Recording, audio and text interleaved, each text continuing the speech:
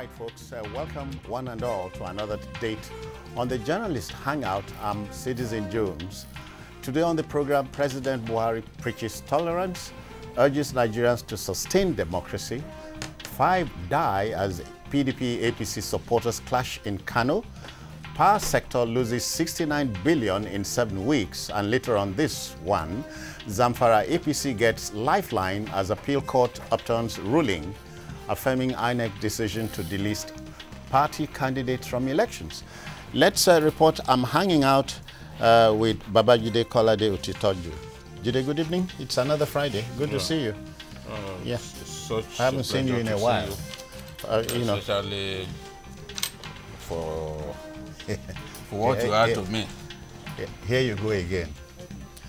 Martins or Noja, you don't believe that. Maybe one day you will fulfill your promise. I want to. Martin Onoja is also here. I greet you, Martins. Yeah, welcome. All right then. Okay, the team is ready. I hope you are.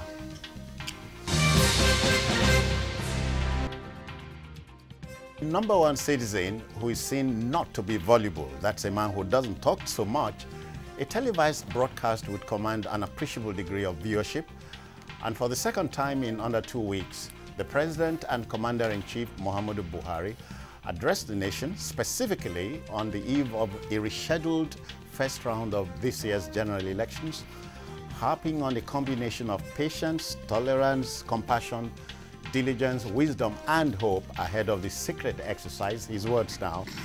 The President affirmed, "No worldly hand can deter us from this wise and fitting path we have chosen for ourselves." End quote. Jide, the die is cast, or so it seems. Yes, the die is cast.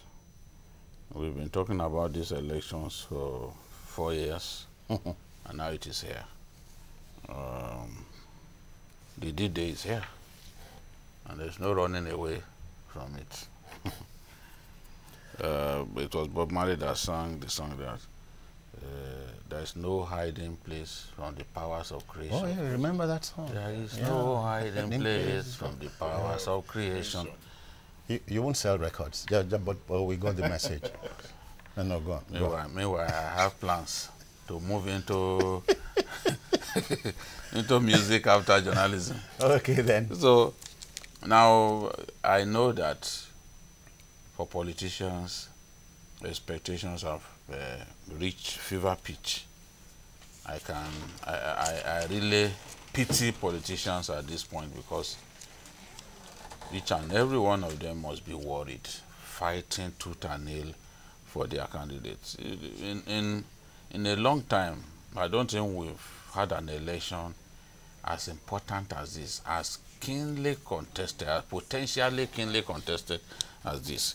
It's divided Nigerians on social media, and both candidates, both top candidates, fancy their chances of winning.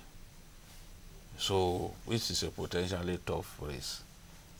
I am happy that I'm not a politician, because I doubt if I would be able to sleep tonight if I were a politician.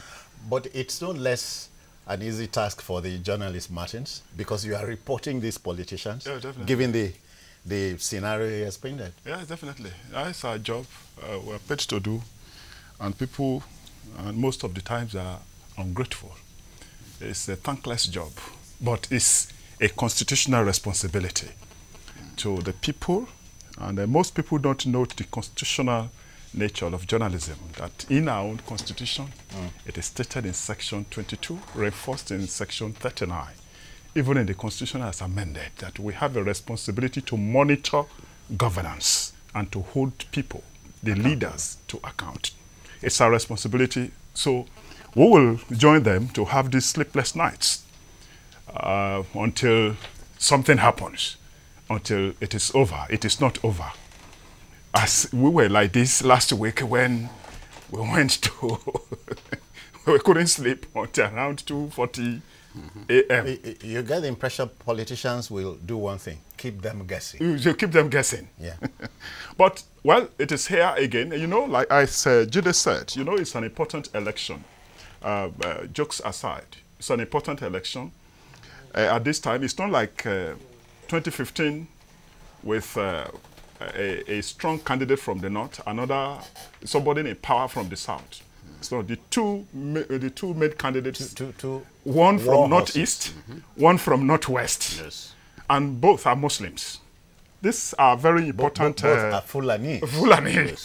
And this is very, very important. And to me, that is one aspect we usually do not put in context. This election, from my own projection, is going to end an era of old people from 1966 class. This election, because after the tenure from this election, we may not have these old soldiers again.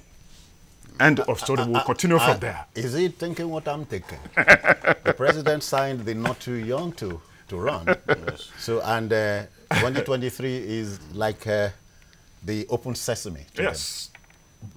I've been asked this question. That's if we go by. I've been asked this question before. Yeah. We may not. The people that he's talking about are people who are already maybe in their 80s or close to 80s. But even after this set of elections, the young people that you are talking about will still not be able to seize power from this ruling class, the current ruling class. I think that after one or two cycles of elections, then they can be, one can safely say yes, a new breed of politicians. Sorry, because you expect them to begin to learn the ropes. Yes. Undergo a tutelage. You see, politicians are prepared over the years, and when their bosses leave, they supplant the ones who have gone through tutelage, direct tutelage from them, supplant them. You have a situation in which a big politician prepares another person for his position. You have a situation in which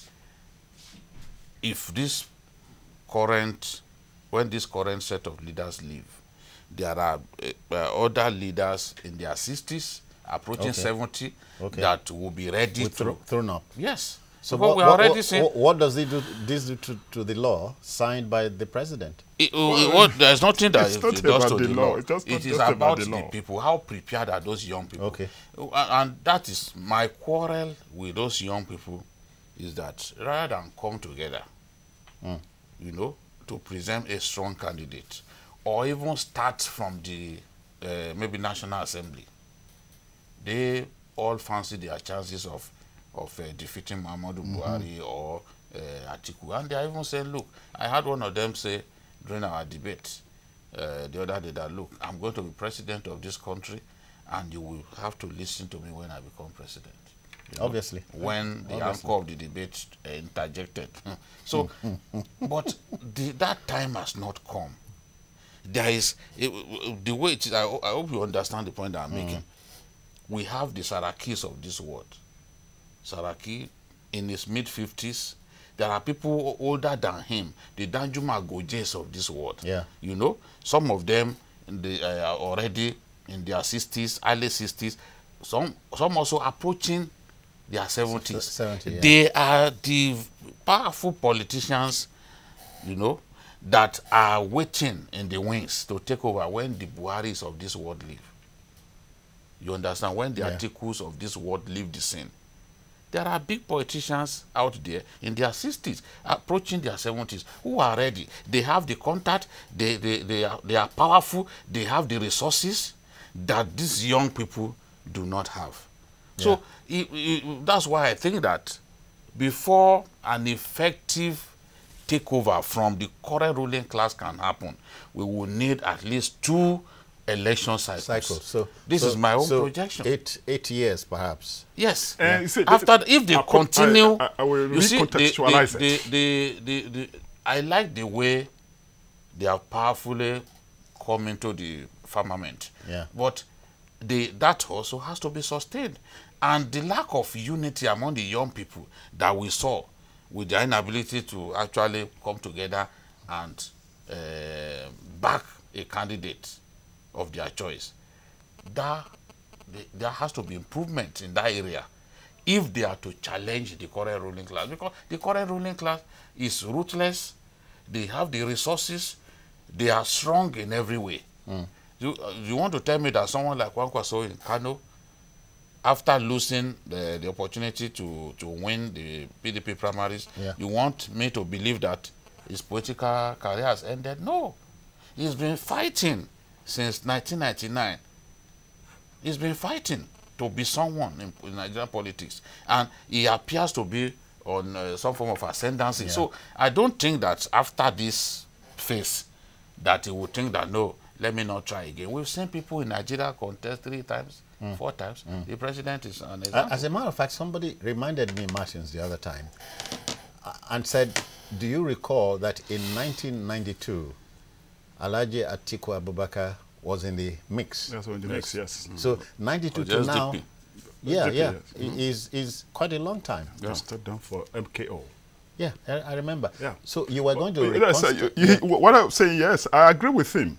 But if you see the dynamism, not at the beginning of this process, in the last few months, the dynamism of people who have not been interested in politics, who are in a haste to retire these people, we take it or leave it. If one of them, if President Muhammadu Buhari wins tomorrow's election, he will have just 4 years. We know that there are some people who are waiting for him to leave. Yeah. If it is Alhaji Atiku Abubakar, we can wait for him for the next, let's say, 8 years, maybe maximum of 8 years. My belief is that by that time, 72 plus 72, 73 plus 8, they say, it wouldn't have mattered? Forget about the age. Okay, they always tell us he was. I even saw something. He was. You think somebody who was talking about only Martins, 1 term. It will not pop up in 8 years' time? Well, definitely. But let's just project that way, that maximum of 8 years. Promising to do 1 term is something that we are used to. We are used to. Eventually, we in know 2011, that they will in do 2011, but the president was campaigning, that, if you remember. yes, you will see, and he said he would do 1 term. You see, yeah. In 2011, I saw it here now. There's a video of that, yeah, 2011. But you can expand. But it didn't eventually... Good, so you cannot fault him now because he didn't win that year. No, he didn't win. Don't worry. We said if he becomes president... In 2011, so you are removing 2011. He said, I'm interested in 1 term. So if he said 1 term in 2011, don't also forget what Mataraba said in explaining why she wanted to go for. She said she thought that the president would do just 1 term. But the thing is, the decision sometimes is not for you alone. It's not for you alone. The people who are benefiting from your being president. And he mentioned the political class. The political class they will be the ones to push you. And look, there's nothing as good as you are. You are the best things in sliced bread. Definitely. Go for a second term. Yeah. They will pile pressure on you, and even if you as the president, they don't want to do a 2nd term because of the intense pressure. And because they constantly tell you that there has never been any leader like you, you now feel immensely important. And then you go and do a 2nd term. And also, I think there's looking through a window somewhere, you could say after 4 years, you still realize quite a lot on the table. Quite a lot on the table. They have always said that. Nobody can solve all the problems in 4 years. I told someone, I said, see, Fashola did a lot here.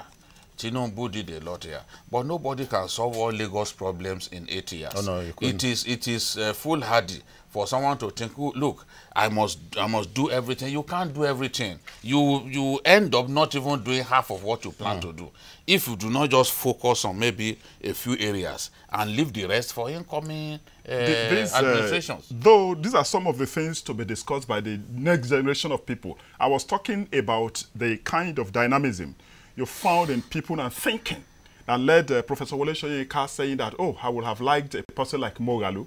You will think that at that time, I mean, after this dispensation, you will see that such people will crop up and you will see more dynamism because people are already tired of the idea of saying 4 years. After all, I just reviewed 6 months of General Murtala Mohammed 43 years ago. He just was there for 6 months. He created Abuja that we are talking about again. By fiat. And, yeah, just be by fiat. No, we are by talking, fiat. But this is not to take, hold on, talking, Martins is not to take anything away. I reviewed the process of what he did. The way he was doing things. Look at what the people he's talking about now. Regime. Yeah, military regime, yes. But the way he was doing things. You cannot do as a The way he was doing things. That's what I meant. Most of the people who are, including the one in power now, it's a military person. Abuja came, things, you could say, with the benefit of hindsight, you know, if not experience, Martins, Abuja was created by fiat. So it was created. I reviewed the process. That fiat was a process. It wasn't an event. It was a process. What I'm saying is that the idea of saying 4 years not enough for me, you sit down for 3 years, you will do nothing. You will be doing politics instead of governance, instead of focusing on governance. Sometimes we should be tired of that in 21st century. Look, no matter what we are saying about Trump, despite the crisis and everything, you see what is going on there. Even with the management of the economy. Let's take it home. Sorry, we take it home by going back to what Mr. President said this morning. Yes. And so take it home. And how do you do that? No, I'm happy that the president tried to inspire hope in Nigerians. He encouraged Nigerians to go out and exercise their franchise. He encouraged Nigerians to invest their hope in INEC. And he made the point that it really does not make sense for us not to have faith in the process. And this was the point that I made 2 days ago here, because I felt that at the APC caucus meeting, the leaders overtalked by trying to give the impression that INEC is useless. Was the fall guy? Yes, just because the election was postponed, they tried to give the impression that INEC is completely compromised. Now, if the president of the country, who is the leader of that party, is now telling us that, look, gentlemen, let's have faith in the process. Let's invest our hope in INEC. That's it. It then means that there is an acknowledgement of the fact that some of the spoken words that came out of that APC caucus meeting must have been regretted. If not by the president, at least by the president's minders. At least some people within the presidency must have seen that it appears that we overdid things. Because I told them, I said, at the end of the day, I said, if you give Nigerians reason to think that this INEC, the present INEC leadership is useless, by the time it conducts an election, you've given everyone reason to think they are compromised. By the time it conducts an election and you happen to be the winner, then the opponent will latch upon that, because even you have given the impression that INEC as presently constituted is a bunch of bribe takers and the rest of them. So it's reassuring. It makes me happy that the president on the eve of our election can say that, because that's the responsible thing to do. We cannot have an agency, no matter their shortcomings. We must not give Nigerians the feeling that these guys are thoroughly useless, because once you do that, it can even affect the turnout for the election. Jide, I'm as exasperated as you are, because I'm saying we have got to a critical point in our evolution. And so you are dreaming up a 30 seconds of insane courage to do the right thing. Yeah, definitely. Does it make sense to you? It doesn't make sense, and I think... all right, we must pass on. Okay. Pass over. Grace. Okay. You know, our infatuation with political violence, which dates back to the wild 60s, has left a most enduring legacy of meaningless chaos in our country. No less than 5 persons, we are told, are feared to have lost their lives following a fierce clash between supporters of the ruling APC and the main opposition PDP in the ancient city of Kano. Kofa village in the Bebeji, I hope I got that right, Bebeji local government area of the state, became a hotbed when supporters of the former governor, Rabi Okwankwaso, wrangled with loyalists of a former member of the House of Reps, Abu Mumin Jibril. A number of houses were touched and many more limbs bruised. In politics, when 2 opposing camps go on the rampage, the line is drawn in the sand, Jide. Yes, and for some time now, the two groups have been sparring, and the clashes have often been brutal.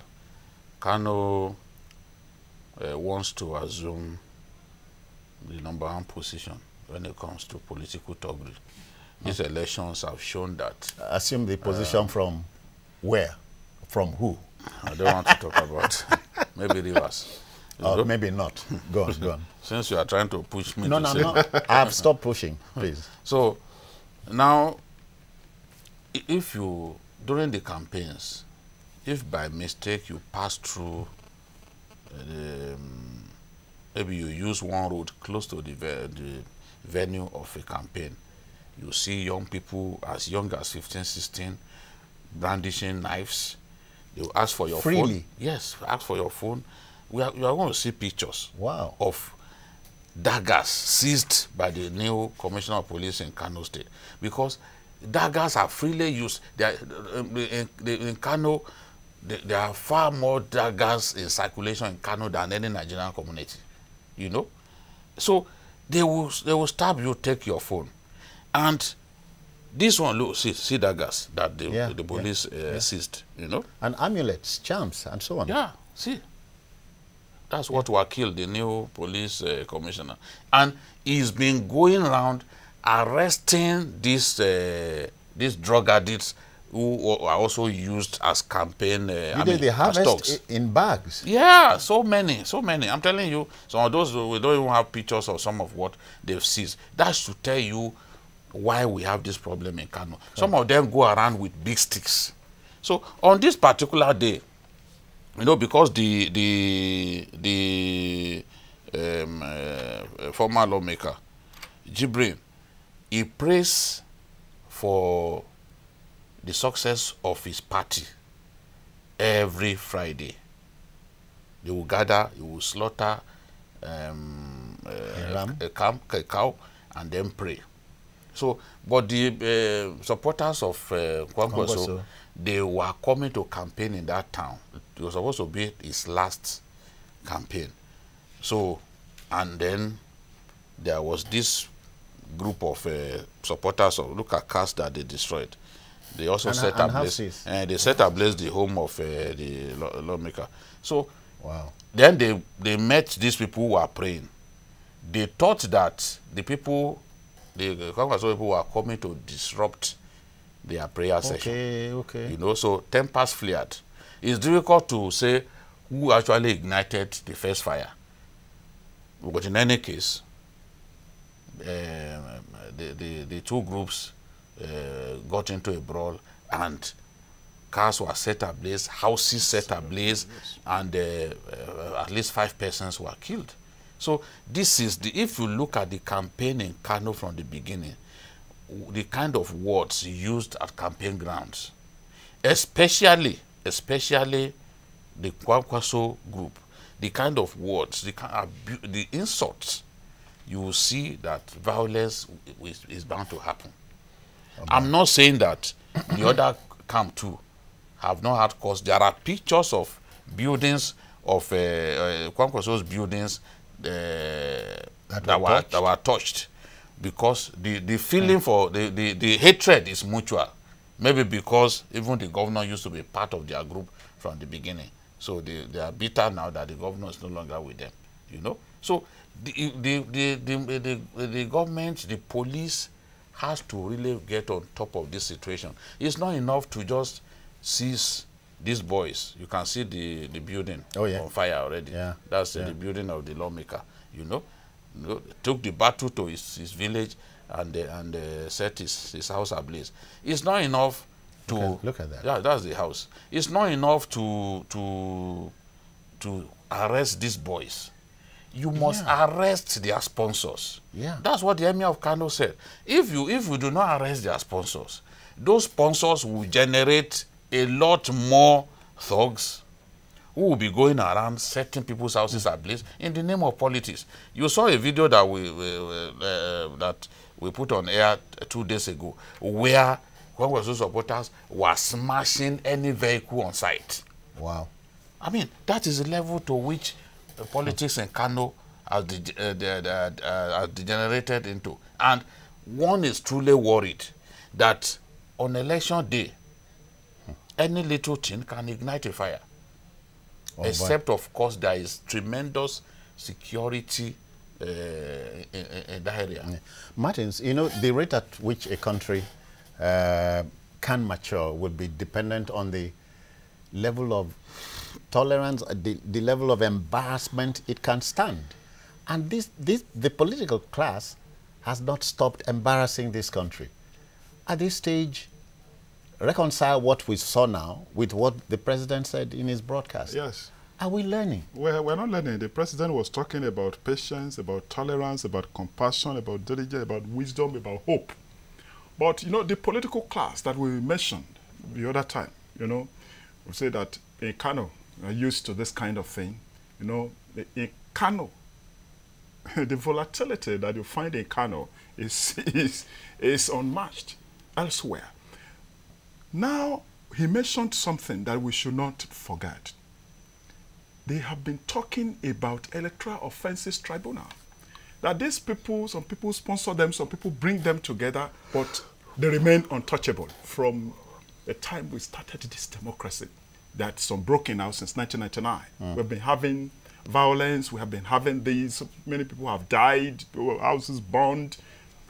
Nobody has faced, the nation has not witnessed a situation where somebody has been punished. And as I often quote this Shakespeare's word of wisdom, that any mercy that forgives a murderer encourages murder. So as long as we tolerate them, we say, no, that is the way God wants it. And you add this, well, okay. You no, add this, it's not the way God wants it. If you don't punish bad behavior, you get much more of it. Yes, we get much of it. That is why if you forgive a murderer, that forgiveness encourages murder. You know, Jide, we can bring the statement Mr. President made the other day when he said, anybody found in possession, underline that, possession of a ballot box in the name of snatching should be severely dealt with. Dealt with, yes. The Electoral Act spells 12 offenses, one of which is the ballot box snatching. Yes. And it attracts 2 years. But nobody has been arrested and prosecuted. The INEC has a problem with that because INEC now has to hire lawyers to prosecute electoral offenders across the country. It's a big problem. It's a big problem. Because where will it find the money? Where will it find the money to file charges and then see through the trial of those guys from beginning to the end? We've discussed this before. And then the big politicians, once you catch these people, they will go and bribe the police. It's like, look, it's like the police and these thugs are working together. Yes. Yeah. Because for every thug that is arrested, the master, in inverted commas, will come, pay the police some money, and get that person released. It's not in all cases that we find policemen, police commissioners who are resolute. I hear that the man in Kano is refusing to listen to politicians. It's not in all cases that we find policemen who are resolute, who will say, look, I'm not going to release this guy. Yeah. Sometimes another comes from above, maybe from Abuja, to say, yes, send all of those guys that you arrested, send them down to Abuja. And that's where they are released. That's the end of the matter. From just, they have sent so many from so many places. That's where it ends. So as long as we do not punish people, I do not agree that when you show mercy, it encourages. Mercy is of different types. Someone can actually be on life imprisonment, and then you exercise your prerogative of mercy after 40 years. You let him go. That's mercy.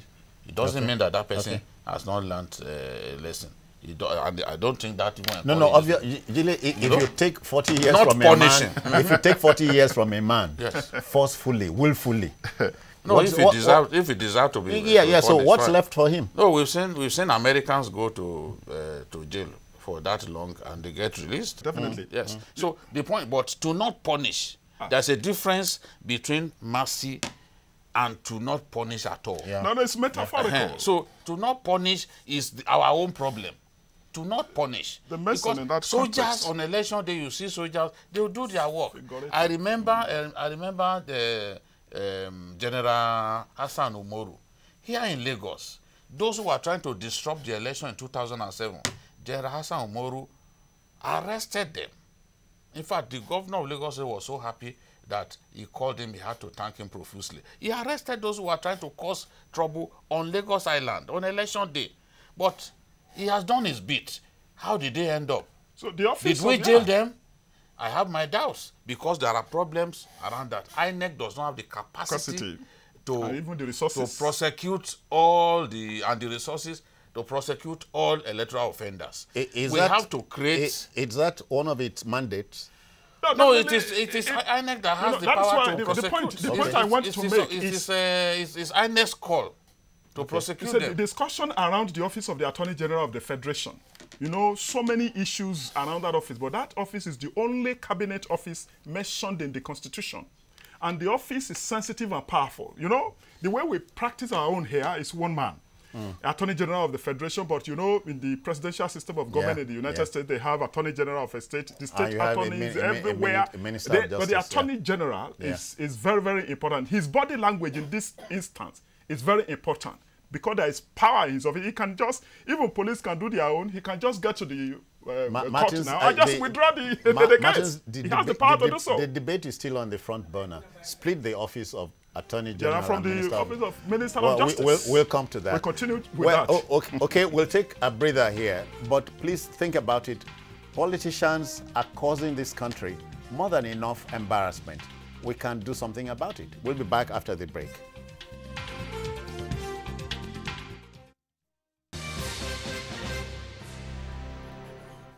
All right, folks, let's take the discussion about the brouhaha in Kano. Avoidable. We'll take it home. Yeah, Martins? Yes, avoidable. It was avoidable. Yeah, it was avoidable. But, you know, we've discussed this thing, and I even quoted one of the top prosecutors of election petition in town in 2003, who warned politicians not to rely on court, and that they should deepen, that's Olanipekun, S-A-N. Yeah, Wale. Wale Olanipekun. But you know, let me give you another word. It is more dangerful or dangerous to adopt what you might call a judicialization of our democracy. Of our democracy. Because right now, once a president is elected, until Supreme Court says yes, he's elected. Yeah. We cannot sit down. How is that related to this decision?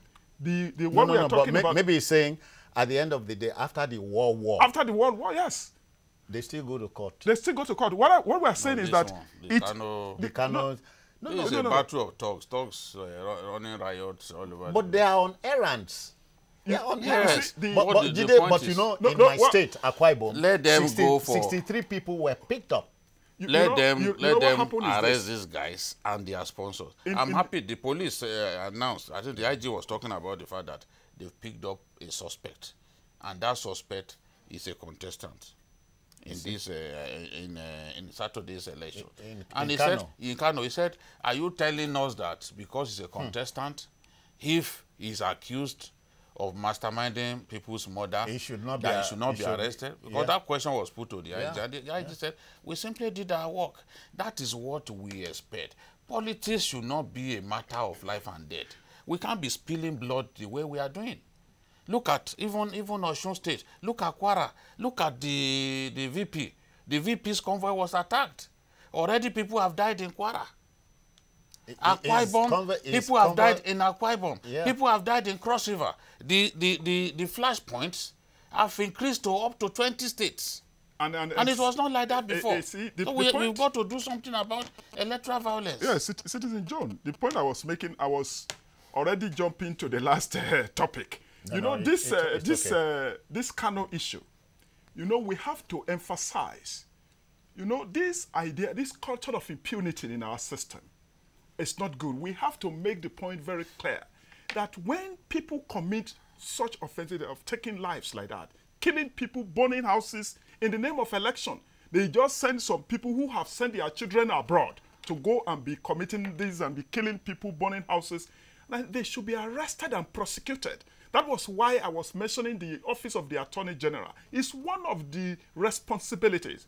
They should arrest these offenders. They shouldn't allow them. There should be no mercy like that. They should be prosecuted so that next time when they want to recruit them, they will remember those in prison as a result of violence that they have sponsored them to commit. Without taking the wind from the sail, you know, without preempting what we are discussing next. Yes. Jide, I think INEC has made a statement, and the statement should be watched in regards to Zamfara, but we'll get there. Yes. So how do we rest this one? Kano, as one of the flashpoints. Security has to be beefed up. Someone was telling me that in one state, I don't want to mention the name of the state, but that should tell you that we are in trouble. That a political party brought in trailer load of cane, what is called pankere. And this pankere, the plan is to give the pankere to thugs who will beat up people on queues in areas where they think their own party is not strong. So now this is not ballot box snatching. So it's not ballot box snatching is not the only way by which people ensure that the rightful the person who deserves to win does not get to win. But you know, sorry, intimidation I'm sorry. of people. Yeah, you know, sometimes I cannot help but be cynical in thinking. That's snatching the ballot box by other means. When you scatter the line, it's even worse. It's even worse because at the end of the day, when you beat up people who queued up, everybody, you send everyone packing. It happened in Kogi State in the by-election, in places where they felt that they could not win. They chased away people, and when they chase away people, the INEC rule is that where a place is characterized by violence, they cancel the ballots in that area. So if I know that you are stronger than me in an area, I can go and engineer violence in your own stronghold. Bring a body of thugs, using the president's phrase, brings a body of thugs to your area of strength, and then disperse the people on your queue.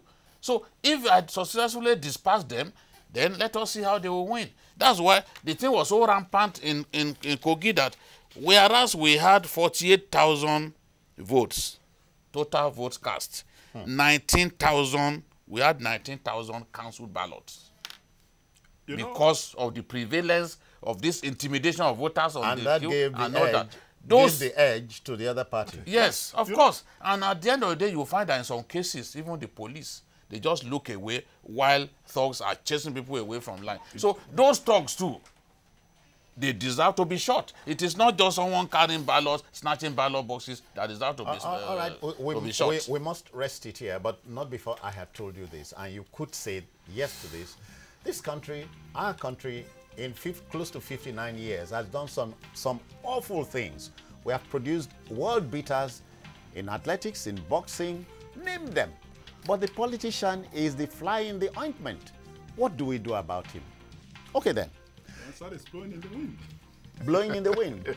Now, you know the American comedian and writer Groucho Marx, he must have dreamt of a 21st century Nigeria when he said, let me quote him, "Politics is the art of looking for trouble, finding it everywhere, diagnosing it incorrectly, and applying the wrong remedies." End quote.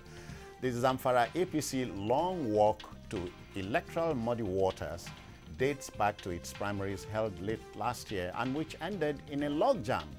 The court became involved, the INEC flashed a yellow card in a manner of speaking, and whereas the lower court upheld the primaries, aggrieved parties pressed on.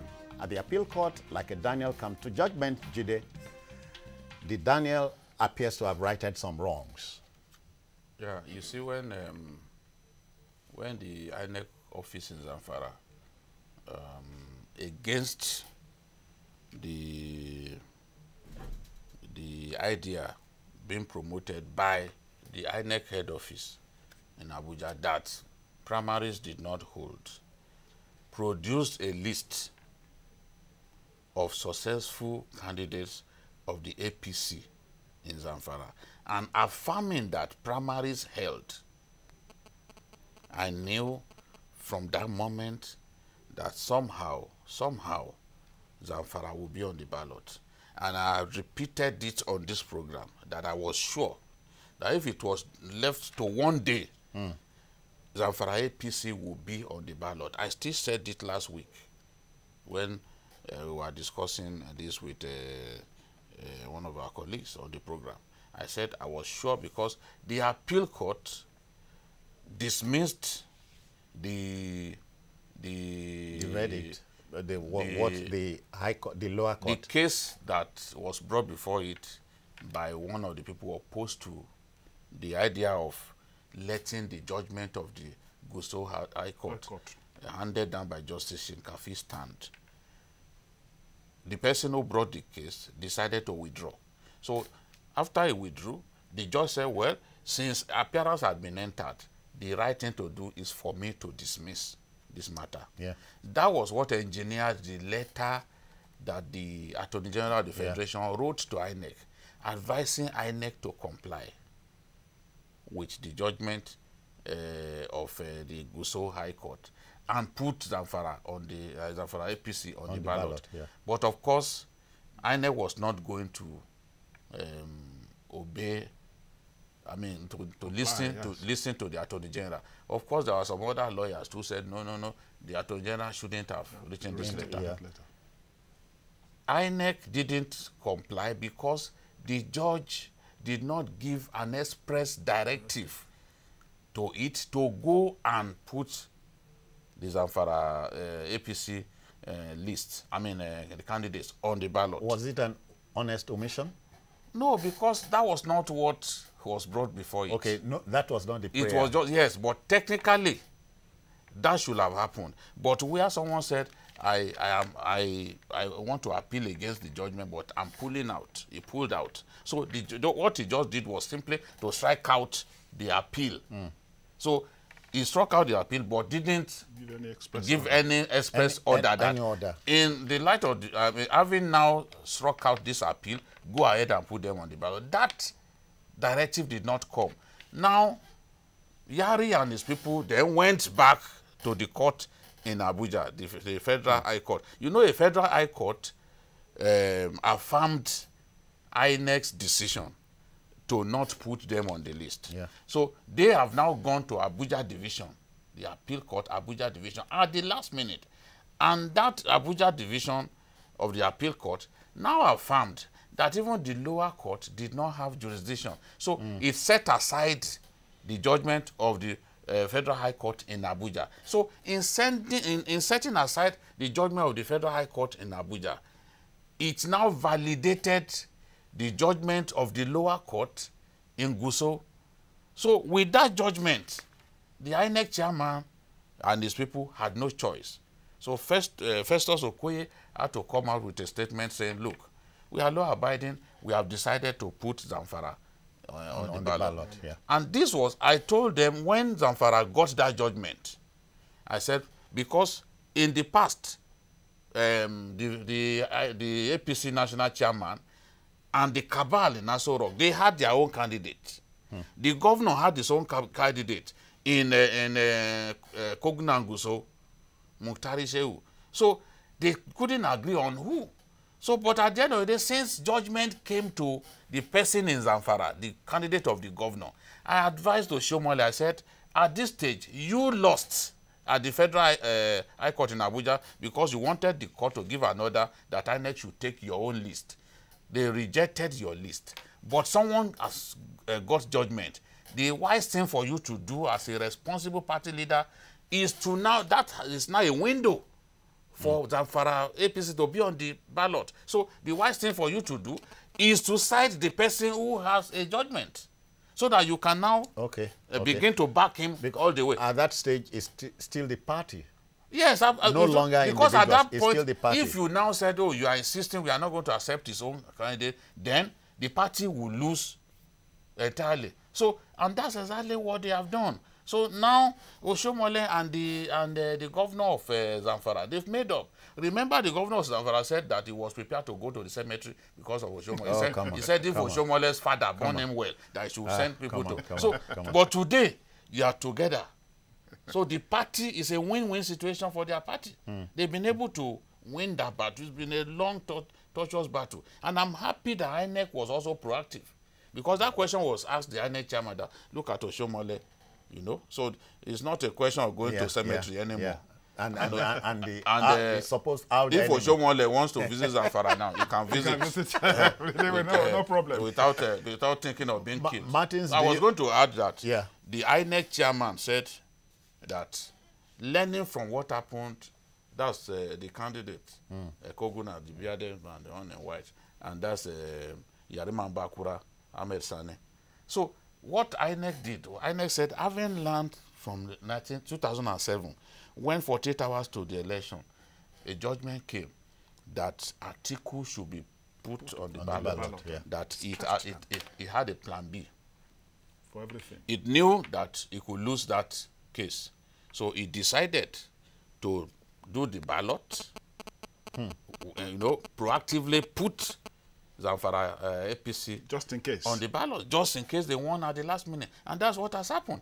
So there's no need to now do a staggered election, a separate election for them. I think that in doing that, Professor Mahmoud has shown his brilliance. He has shown that he's really on top of his game. Martins, I was going to ask you, do you see the Apex Court coming in here?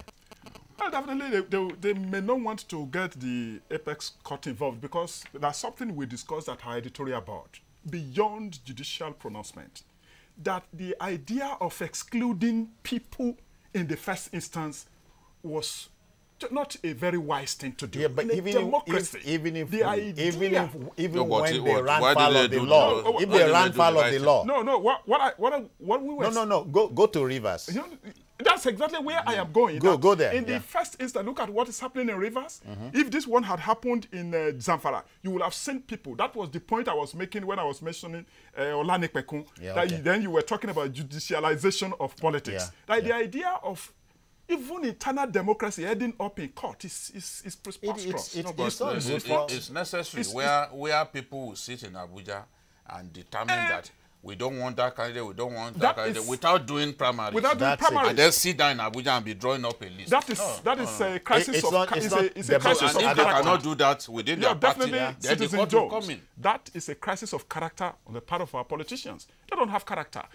In internal democracy, ending up in, look at what happened in River, very painful, a lot of people disenfranchised, and they cannot be on the ballot because of the ego of politicians. This internal democracy, they can't handle it smoothly. Look at where it has landed them. Look at where it would have landed them in Zamfara, if not for the proactive nature of even INEC itself. Martins, but you know, on this score, I give INEC the thumbs up. Yeah, definitely. For they have done stepping very well. On the gas to the end. Organized. Yes, they knew that it could happen. So they had a plan B that this could happen. And then Yari has shown that he's a fighter, that he's someone, when he wants to do something, he goes for it with everything that he's got. At a point when everybody was abusing him, he kept quiet. Oshomole was abusing him like he's not a human being. He kept quiet. He was planning, biding trying his time.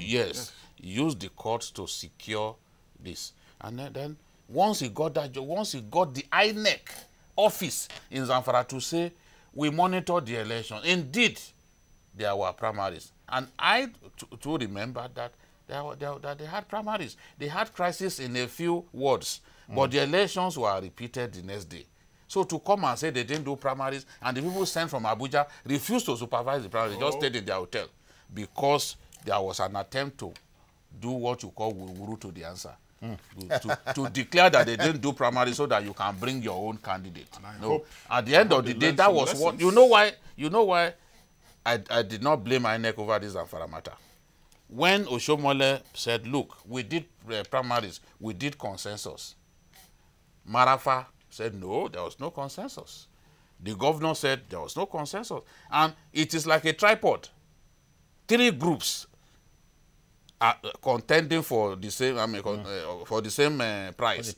And 2 out of those groups said there was no consensus. What the APC constitution says is that before we can agree that there is indeed consensus, all the parties must agree. If they don't agree, then you go and do election, real election, you know, direct primaries. So once those 2 groups said no, there was no consensus, it was easy for INEC to conclude that Oshomole was lying. It was easy for INEC to conclude that indeed they didn't have primaries. That's it. And you see people like Marafa fighting this battle to the very end. I don't think that it is good enough. Once your party secures some form of victory, yeah. in my view, you should just let it go. Martins, we can find out just before we close. Yeah. In America, we know in reverse order, yes, Obama now gives lectures, yes, which is saying after office, there's life. There's life. Clinton giving lectures, making money. More money. In Nigeria, I won't say Africa. In Nigeria, it is taboo. It's taboo. I hear, for instance, my Senate president today is a medical doctor. Yeah, I want to trust that he can leave that office and give me an injection. And I won't feel uneasy, you know, taking it. That's a very simple thing. Oh, really? Okay. So what do I mean?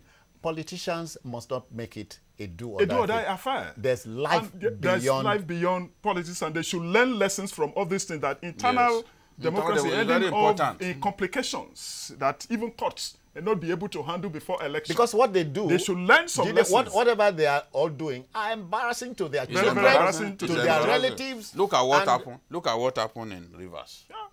You can't compare what happened in Zamfara to what happened in Rivers. The cases are completely different. Yeah. Complicated. One went to court because his own members were denied forms to contest the primaries. And they couldn't agree. And he said, look, I'm not ready to leave this party now. You cannot deny us forms. Let us be able to contest. So on that basis, the problem started.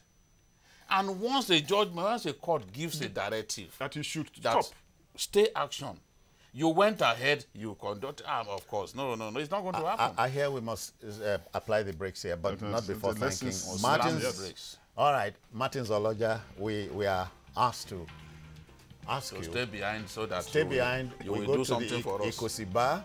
Yes. I've been called to the bar. So that I can get a proper call to bar. And then, Jide, please enjoy your weekend, but please go to the polls. Be on the side of the law. Yes. That's the best thing to do. Don't snatch a ballot box. Even if nobody sends you and you don't go. That's it on the program for this evening and for the week. Join us next week for another episode. And also watch Journalist Hangout on YouTube at youtube.com/TV News Nigeria. The feedback channel is the same. And I am Citizen Jones Hussein. Bye-bye now. Take